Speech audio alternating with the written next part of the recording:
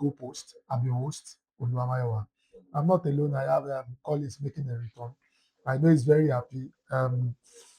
England is in the semi-final of the World Cup, and probably maybe one of his Chelsea boys will get to win the World Cup. Collins, how are you doing this morning?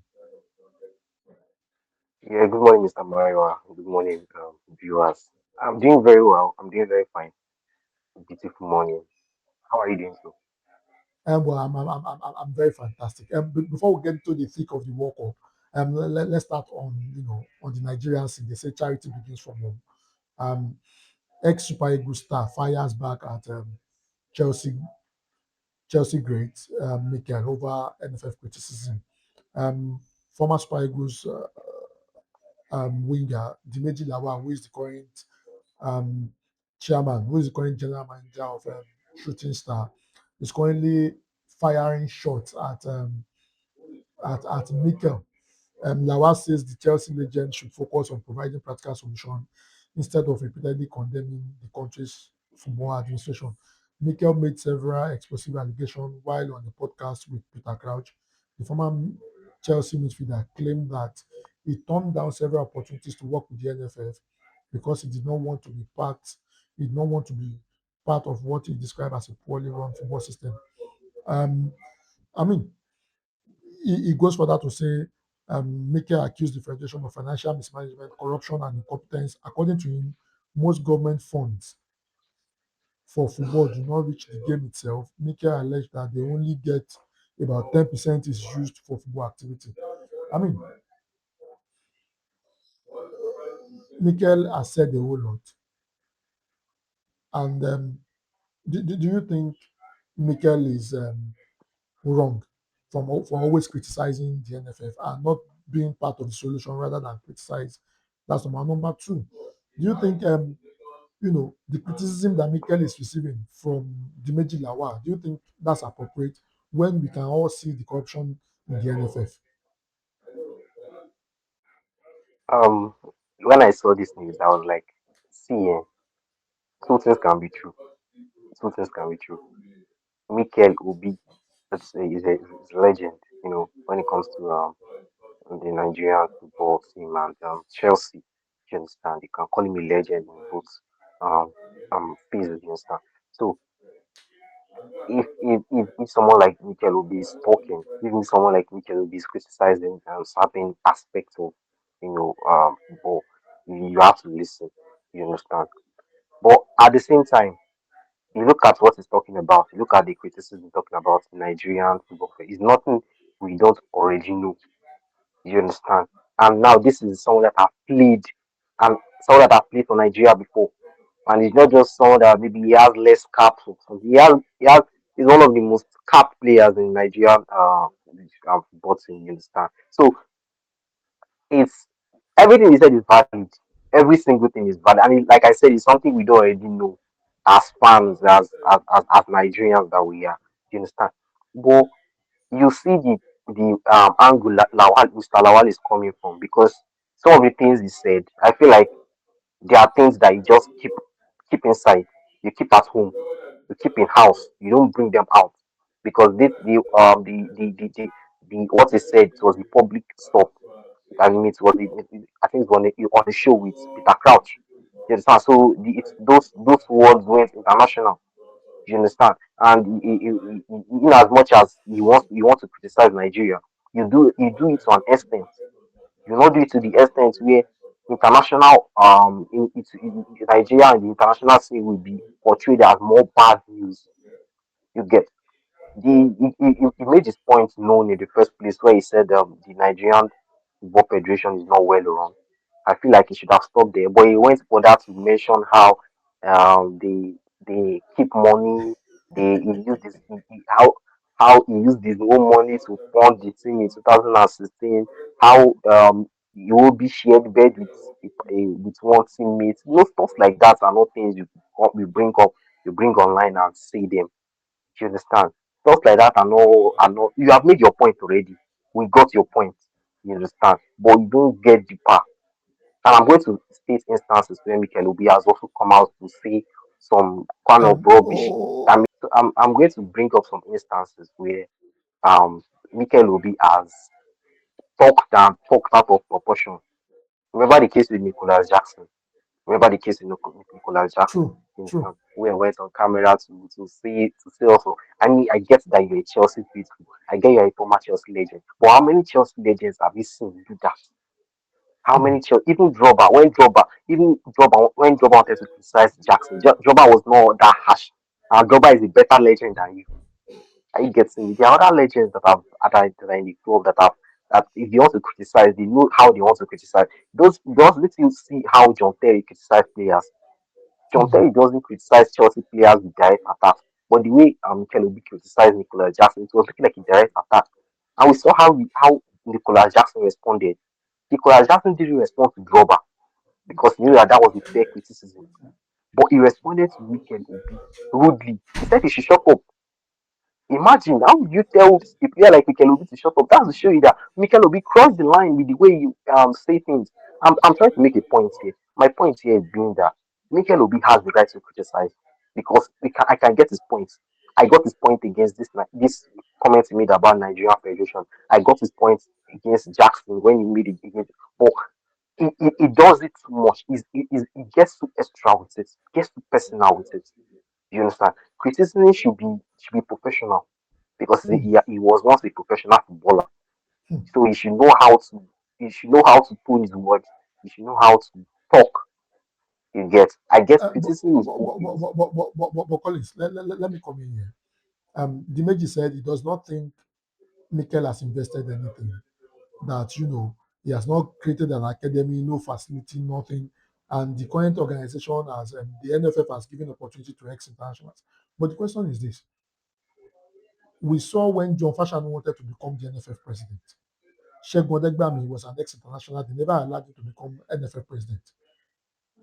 Deji Okocha has gone to Kenya and says that he can never be involved in the NFF. Don't you think the plethora of ex-players that we have that are running away from the NFF, don't you think they have a point? Don't you think until we change the system, that is when we have an enabling environment for these players to thrive? If they don't, for example, Eshegbe Edegbami wanted to become NFF president, nobody supported him. Don't you think the same thing is what Mikel is trying to say? Because the corruption in the system will not allow Sodites that will reform the institution to come in. You mentioned something about Mr. Lawal mentioned something about active some ex internationals that have he said many actually. He's wrong. Let me just state it here. He's wrong. You mentioned Shegun Odebam. Yeah, he contended for the NFF president and he lost. So how many how many former internationals have been involved in the NFF? I'm telling you, they are not up to six. Because I can Hmm. mention I can remember Mitiu Adepoju. I think he was involved at grassroots level for NFF. You understand? Victor Victor Ikeba. I don't know if I'm pronouncing this. If I'm pronouncing, is it Victor Ikpeba, Ikpeba. Victor? You understand? So I think he served as a committee in the NFF. You have Shegun Odebami. You have how many of them? They are not much. They are not up to six. So Mr. Lawal is wrong with that statement where he said many internationals have served. That's a lie. That's not true. That's not true. And Mikel Obi also mentioned something about players should former players should be involved. Former players should be the president. They should run this thing. Let me just state it here. Playing football and running a federation, running an organization they are two different things. Look at the former NFF presidents. Look at the former Amaju picnic. I don't know. I understand. Look at what they studied. It's not rocket science that what they studied is public relations. As in what they studied is how to manage affairs of organizations and things. You understand? None of them are football experts. None of them were actively involved in football before. They went from being sport directors in their state to becoming NFF presidents. You understand? So none of them have ever kicked the ball before. So it's not about kicking the ball. It's about do you know how to run a business? Do you know how to run an organization? An organization. Do you understand? The current NFF president, I think he was director of finance at a point. That's true. So I don't. So when you think of all these things, you ask yourself, what is the correlation with football? What is the correlation with football? I mean, they are not active. They are not former active international. So what are they doing there? They are there because of the way, and they are there because they know how to manage. They know how to manage certain organizations.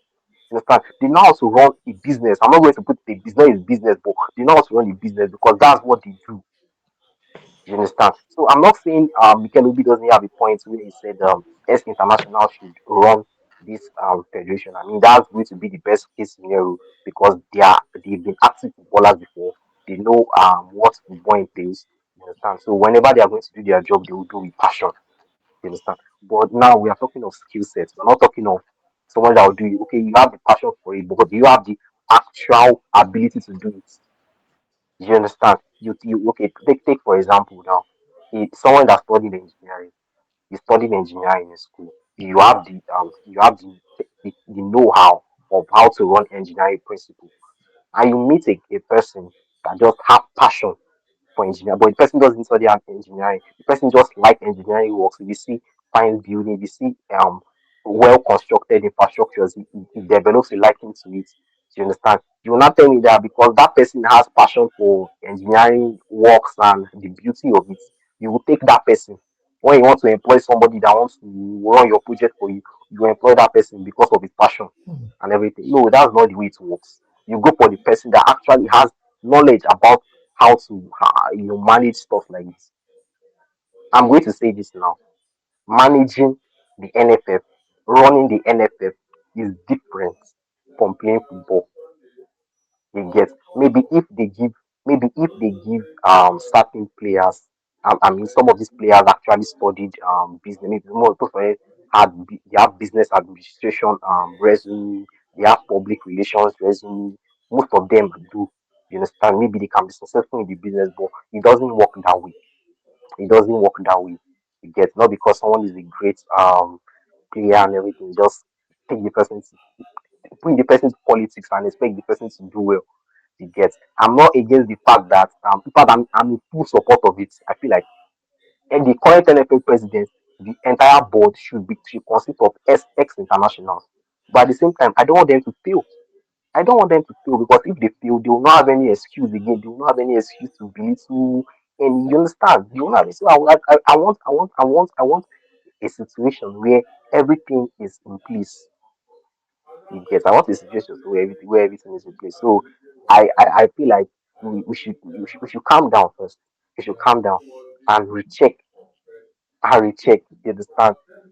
Being an ex football international doesn't mean you do well in politics.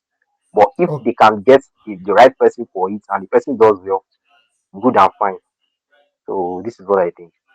Okay, I can see Solomon. I can see his face, lighting up in a bit of fury. But the thing is, Dimeji Lawa is saying, Mikel Obi, you can't contribute, yet you go around criticizing people. Do you think Dimeji Lawa is correct? And what do you think needs to be done to bring in our ex-footballers? Because majority of them, they are running away from the NFF. Tejo Kocha said, and I quote, he can never do anything with the NFF because of how things are being run. What do you think needs to change, Solomon? Okay, thank you very much, Mr. Maiwa. Mr. Collins, good to see you again. Okay, Dimitri Lawal said it's not right for Mikel to criticize and because he cannot contribute to the NFF. Well, criticism is a part of the contribution. It's very, very important that we have critics. It's very important that we have critics. That is a very, very important aspect of not just football but society in general. You should have critics. If you have people that are just going to be praising you and giving you everything and you that the right words or whatever, then you probably are not doing the right thing. Right, that said, I genuinely think that we need an overhaul in the NFF, a complete overhaul, a complete overhaul, a complete overhaul. We do not have people who understand the mechanism of sports. We don't, we do not. And Yeah, Mr. Collins mentioned something about having a degree, but bear in mind that these people do not even have a degree in anything sports related. That's the truth. That's the reason why you have, listen up, you have countries like Italy now. Italy are currently going through a complete, transformation in terms of starting from the beginning, from the very beginning. And just recently, they appointed Paolo Maldini, I think, as their technical director or so, or as their footballing director. It's the reason why Bayern Munich have Oliver Kahn as one of their, sporting directors over there. There's a reason why Deco is the footballing director for Barcelona. There's a reason why Mikel Arteta is, a former footballer and a coach for Arsenal, and the likes of Pep Guardiola. These people have played football. They understand exactly what it is to play football, and they understand exactly what it is that players would need going forward, right? They've been there at the top level. They've seen other teams perform. They've seen how other countries make it easy for their, for their players. I'll give you a very good example, and this is not related to football, right? This is athletics. Toby Amuson, right, at the last championship, she literally put out a video where the Athletics Federation of Nigeria, they give them just two bags. Even the bags, it was just the tote bag, the very small tote bag, and they just had, it was terrible, terrible. Compare that particular thing that they gave them, that pack that they gave to them, and you compare to the USA team. If you saw the video for the USA team, it's a whole luggage, a whole luggage. That already gives you motivation to want to do more. Automatically, you are motivated to want to do more because you know that you will be appreciated and you are highly respected. When you are treated as though you do not matter, you will act as if you do not matter. That's the truth. And that's the way our football is being run. That's the way our football is being run as well. We have people who do not just understand the mechanics of, who do not understand the mechanics of football, but they also do not understand what it means to run such organizations. That's the truth. This is beyond, obviously, passion is part of it. Passion is definitely part of it, right? But the wisdom, the technical know-how, now this thing is not even rocket science. To be honest, it's not difficult. Go and take a course with FIFA or with, there are various footballing organizations or even schools that take courses in football. Miles Lewis Kelly's mother, she knew nothing about football. She had to take a master's because of her son. That's what we're talking about. Take a degree in any football related course, in any sport related course. You have the degree to back it up. That is why if you are going to be a coach, you obviously have to go through a set of training. The footballers already have an understanding of what is needed. They only need the technical knowledge in terms of how to run the whole thing. They already know what they need in terms of they've played there. They've been at the highest level. John Mikel Obi is no small player, probably the second most decorated Nigerian player ever. Probably the second most. And JJ Okocha is obviously not wrong to have said that because they know what they faced. They know what they saw. Is it not the same Mikel Obi that chartered the flight for the Super Eagles of Nigeria or for the Olympiads? I think it was the Olympics. Was it not Mikel Obi that chartered his own personal money? Does that make sense to anybody? Harry Kane should be paying for the flight of England team. Does that make sense? That is an offense that demands that everybody in that office should be annihilated. I'm trying as much as possible to be careful with my choice of words. Do you know that after that Toby Amuson's video, they sent a luggage to them? Do you know what you're talking about? It's terrible. And you're not coming up. Mikel Obi might have a flexible relationship with the truth, especially when it comes to Arsenal and his bias. Everybody has bias, and that's fine. However, in terms of what is said as regards the NFF, what is the lie? Where is the lie? I will even name our other teams even trying to poach or trying to contact one of the best coaches that we have had in recent years in Eric Chell. Why is any other team trying to get him if we are doing our job right? That's true. That's true. How can your best crop of players in years not qualify for the World Cup two editions in a row? What are we saying now? 2 editions in a row. Even when the competition was expanded, still nothing. You are giving us the likes of Finidi George. What's the name of that first Pesero or whatever his name was that led the team at first? Pasero. Let's say Pasero. People do not know these things. And you say we should not criticize. Why won't we criticize? What do you mean by he does not know? He knows what he's saying. He is right to criticize you guys. He's very, very right. Do you imagine or can you imagine what would have happened or what could have been if we had the likes of Iwobi, Lookman, Osimhen, Ndidi, these players, this current couple of players at the World Cup right now? If we not even reach anywhere, round of 16, with the way African teams are played in this tournament, come on now, come on. What are we saying? A complete overhaul of the NFF is needed. A complete overhaul. All of them. They should go. When they go, let me tell you something. Organizations or countries that thrive in. Yeah, please go ahead. Okay, so do you know that the Spanish under-19 team, just won the tournament? Guess what?